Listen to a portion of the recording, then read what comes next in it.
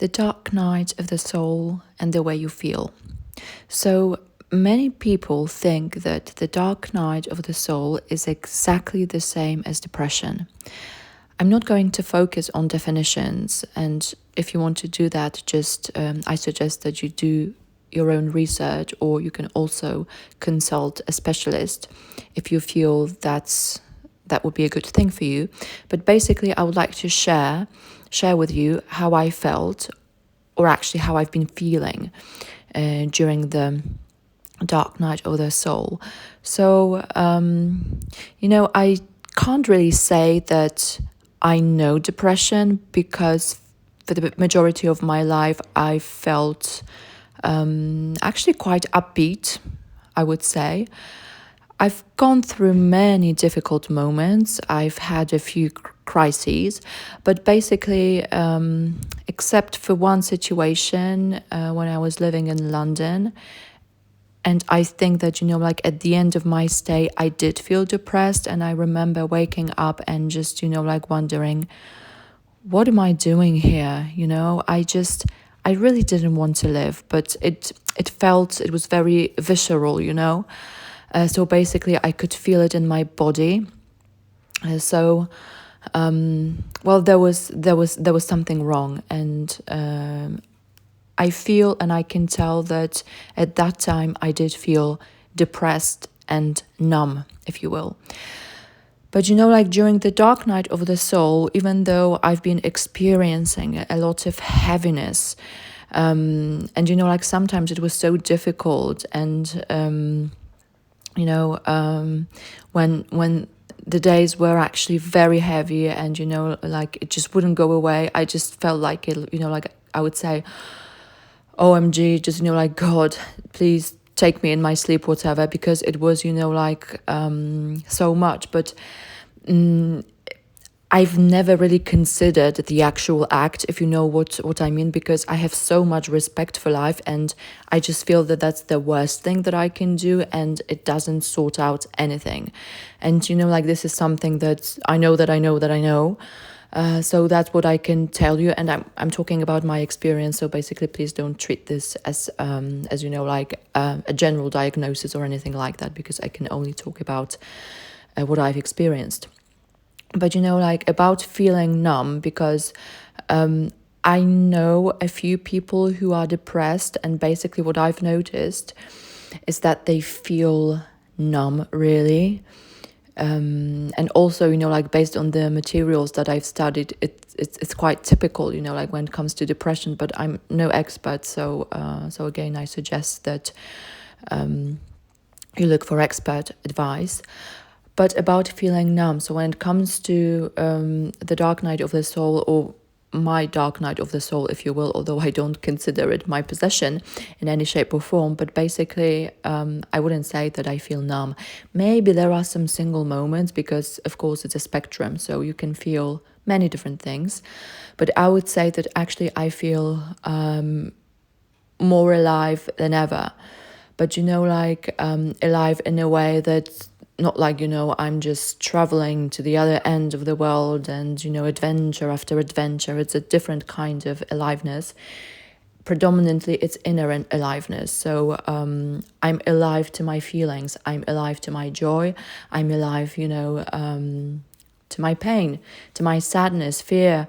So I would say that there are a lot of heavy emotions, so to speak, but I feel them. I can feel them. And even though it's difficult, I must also say that it's very, very beautiful most of the time. And of course, there are moments when I'm like, oh my God, I'm just too tired. I'm fed up. I just don't want that anymore.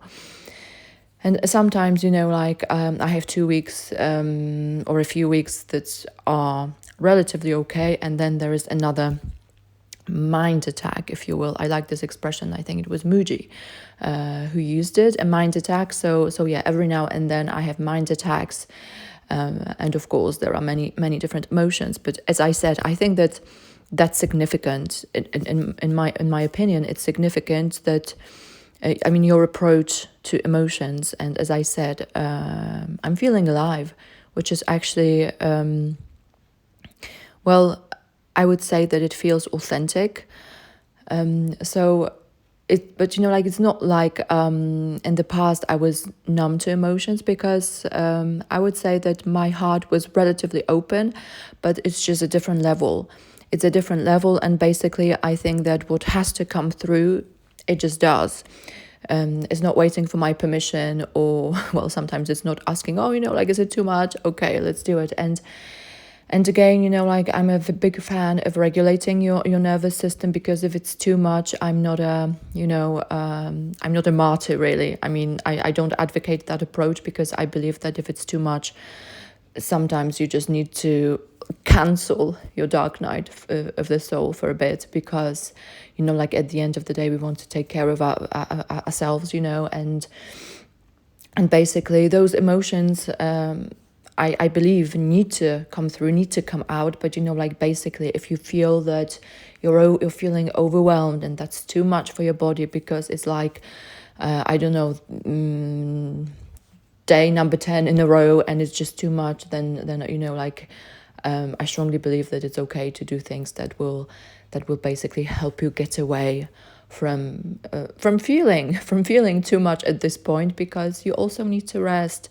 Your body needs to feel like, taken care of. And if it's just too much, I would suggest that you just take a break, and you can do something that some people might say is not spiritual, or whatever, like, even watch something, or I don't know. But like, in my experience, everything is actually spiritual, in a way that life is spiritual, because in my opinion, whatever is going on in this reality comes from the higher source, and therefore it has a spiritual aspect to it, if you will. So for me, spirituality is a very practical, a very down-to-earth thing. Also, like, looking at the sky, but basically having your feet firmly planted on the ground. That's how I would describe it. But yes, feeling alive is, for me, a hallmark of the dark night of the soul. So it's not like you're just, at least it's not my experience, but I'm sure that there are different stories, but it's not like I'm lying on a bed and looking at the ceiling and not feeling anything.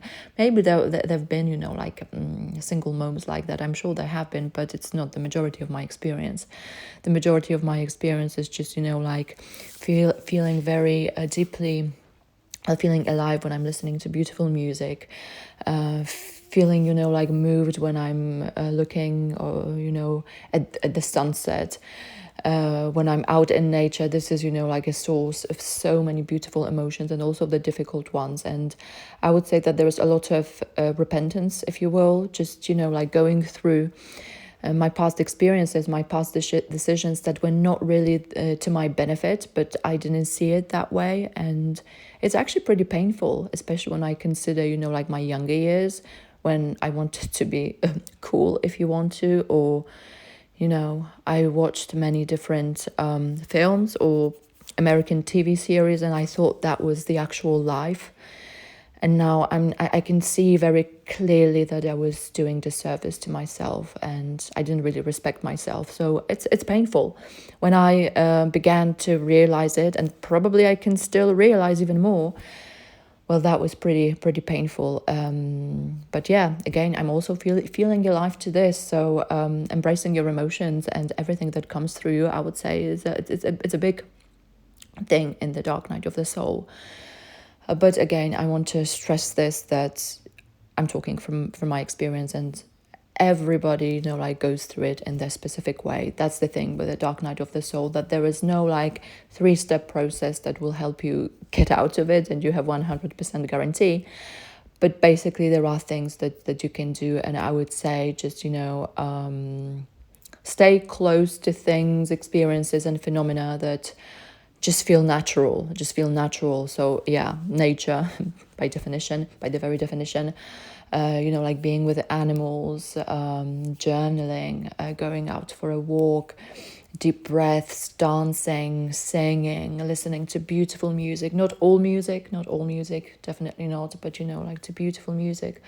And not only classical music, because like in the pop culture, or like in our Western traditions, if you will, we also have wonderful artists Also, pop music is full of, like pearls of wisdom. So we don't really need to travel to East Asia to feel a deep sense of spirituality. So yes, I think this is it for this episode, and I wish you all the best, and until next time.